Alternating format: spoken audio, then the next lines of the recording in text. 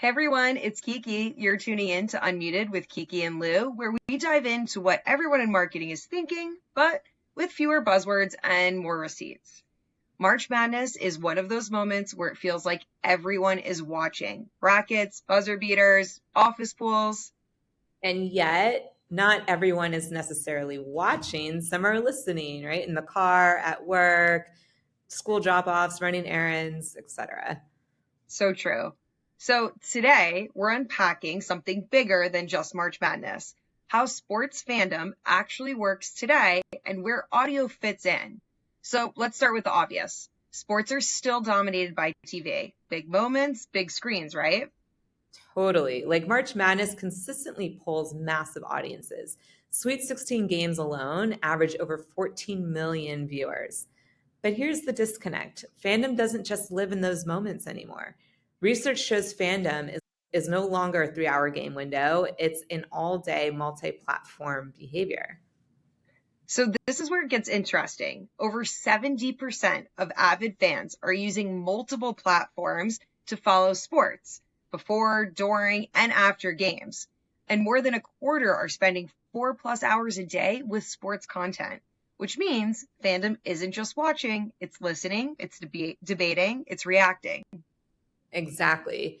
One study even describes sports fandom as a 24/7 conversation. So this begs the question again, where does audio fit into all of this? Kiki, I see audio as kind of the connective tissue, right? TV gives you the moment, but audio gives you everything around it. And there's data that backs that up. Sports fans are actually 60% more likely to be podcast listeners than the general population. And among avid fans, audio is becoming the primary place for analysis, commentary, and community. I like the connected tissue example. All right, so guys, let's bring it back to March Madness specifically. All right, go blue. But here's a stat that surprises people. About 1/3 of the total tournament audience listeners via AM FM radio.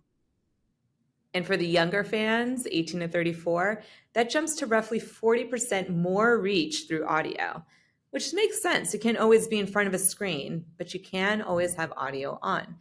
In fact, a lot of listening happens away from the home, like I mentioned, in the car, at work, at the gym, on the go. Yeah, so here's where it really gets compelling.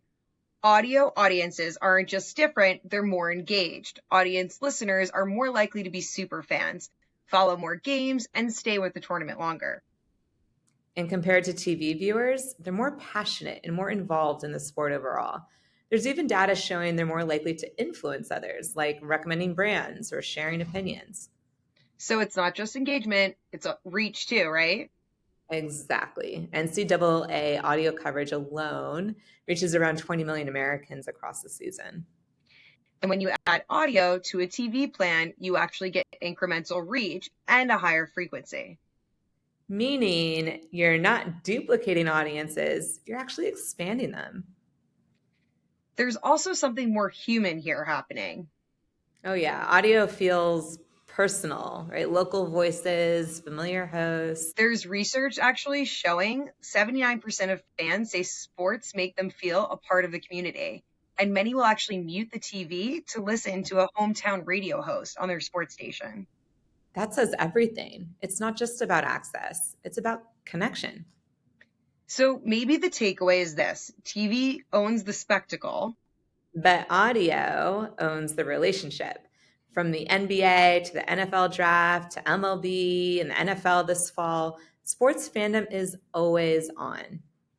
And if fandom is 24/7 experience, you can't just show up for the game. You have to show up in everything around it. And speaking of showing up, I want to give a big shout out to Meg Walsh at All City for always coming through for us here at Direct Results. We love you, Meg. All right, we'd love to hear from you guys out there too. How are you incorporating sports into your marketing strategy right now? Drop a comment, let us know. We're always looking to learn from this community. And before the final buzzer on today's episode, I want to leave you with this one last question. Are you building a strategy that shows up in the moments or stays with fans in between them? Until next time, stay in the game and stay unmuted. Bye, guys.